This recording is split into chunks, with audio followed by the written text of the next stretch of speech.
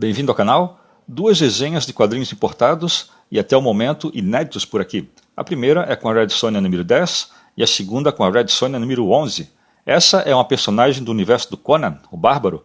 Ela saiu da Marvel e depois passou a ser publicada pela editora americana Dynamite.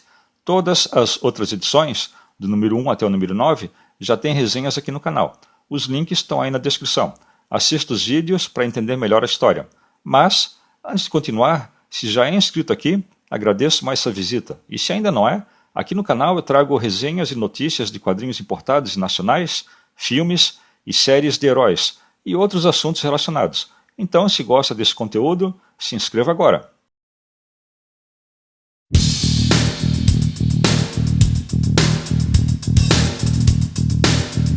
A Red Sonja número 10 foi lançada pela Dynamite Comics em 24 de abril de 2024 e leva a Red Sonja a encarar Kulan Gath por causa da morte da Gracie, mas a morte nesse caso pode ser só o início.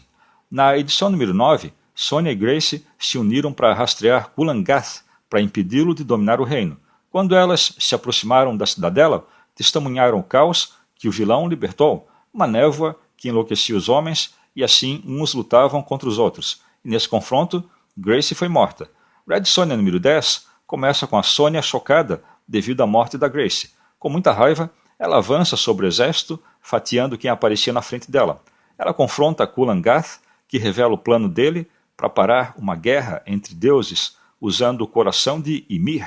Enquanto isso, a Gracie desperta numa floresta, aparentemente renascida e convocada para propósitos maiores. No reino Emberfall, a rainha recebe uma mensagem de Kulan Gath e ele exige o controle sobre o reino. A cidadela é atacada, permitindo que a Sonja se liberte e fuja.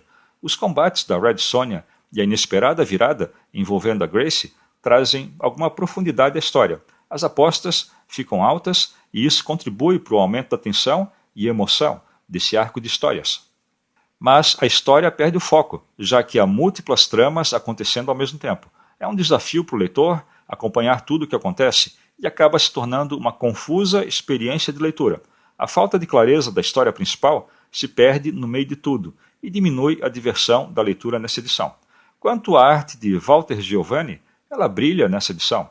Os desenhos dos personagens são ótimos, especialmente a transformação da Gracie em uma deusa da natureza.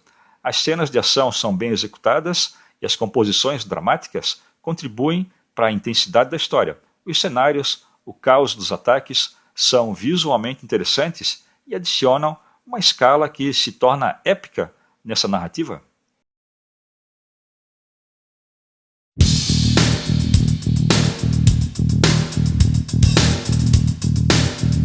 A Red Sonja número 11 foi lançada em 29 de maio de 2024, no mercado americano, e a Sonja continua sua jornada para encontrar a alma de um deus para parar uma guerra, e ela precisará da ajuda de mais do que um outro deus para alcançar o seu objetivo.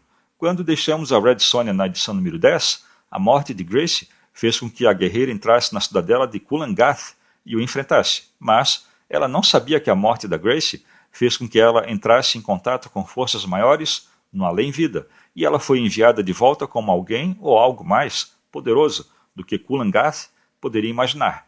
Em Red Sonja número 11, a Red Sonja confronta Gracie ressuscitada, fortalecida com o poder da natureza. Gracie pode ver todas as coisas, incluindo tudo sobre a sua irmã desaparecida, e ela promete ajudar a Sonja, assim como ela fazia antes de desaparecer. Em outro lugar, a irmã da Gracie acompanha uma mulher em direção a uma porta de uma grande montanha de neve. A mulher bate um grande martelo na porta para despertar um exército de Trolls da montanha, e ela pode liderar esse exército em direção a Emberfall e ajudar a batalha que se aproxima. Depois, Red Sonja continua sua jornada para encontrar a alma de um deus para dar fim à guerra, quando ela encontra uma multidão reunida. A multidão aguarda para ver um profeta com olhos negros brilhantes, e a Sonja logo percebe que esse é o guardião do portão que abre entre a vida e a morte, e ele é o responsável por ter começado toda essa confusão. Depois de alguns drinks, o guardião do portão resolve acompanhar a Sonja na sua jornada. Enquanto eles viajam, o guardião explica a Sonja a natureza de Ymir, que é um deus que luta apenas porque gosta. Ele esclarece que a alma que ela procura pertence a Erlich, mas ele não conhece como essa alma é e encontrá-la vai ser um desafio. Quando eles se aproximam de Emberfell, eles veem uma poderosa batalha entre os Trolls das montanhas e Ymir e seus caçadores, e de repente Kulan Gath chega com palavras de agradecimento. Ao contrário desse título, Red Sonja, há dois outros personagens principais, além da própria Sonja. Eles são a Grace e o Protetor do Portão. Grace renasceu como alguma deusa da natureza e enxerga tudo que existe, e tem o poder de controlar tudo. Ela possui esses formidáveis poderes e podem servir para enfrentar Kulan Gath mais tarde. Já o Guardião do Portão é um ser muito alegre que encontra prazer na humanidade. Ele serve como um personagem para expor a visão da roteirista sobre a mitologia, então ele contribui alguma coisa para a história. A arte de Walter Giovanni mistura deuses mitológicos, tavernas sujas e, de vez em quando, sangue e violência. A arte é sólida e é melhorada bastante com as cores de Omi Remalante. Já o ritmo da história de Thoron Grombeck e a maneira como as coisas acontecem não estão indo muito bem. O ritmo é falho, o que significa que não há bons momentos seguidos de calmaria. Se o ritmo fosse comparado a um som, seria um som monótono, e essa é a história do momento. Monótona, é irônico como o Guardião do Portão se maravilha tão rapidamente com a humanidade num quadrinho em que falta algum sentido de urgência. Quanto à estrutura, Thoron Grombeck parece ter perdido foco em algum momento. Há muitas peças e uma mitologia misturada, além de subtramas, e isso tudo faz com que a história perca o foco. É difícil dizer objetivamente qual é a história nesse título. Eles querem parar uma guerra? Querem deter Kulan Gath? Irão fechar o portal entre a vida e a morte? Eles vão deter Ymir ou vão se aliar a ele? Nesse ponto, a resposta pode ser qualquer uma dessas, o que faz dessa uma leitura que não é muito interessante. Essa edição não tem um tema claro. Thoron Grombeck quer fazer muitas coisas ao mesmo tempo, e assim o foco se concentra em nada. De positivo, esse arco traz muitos elementos da mitologia nórdica, o que dá um clima muito bom e que faz sentido. A Sonja é natural das estepes do norte da Hircânia, e trazer a mitologia nórdica é uma mistura estranha, mas funcionou bem.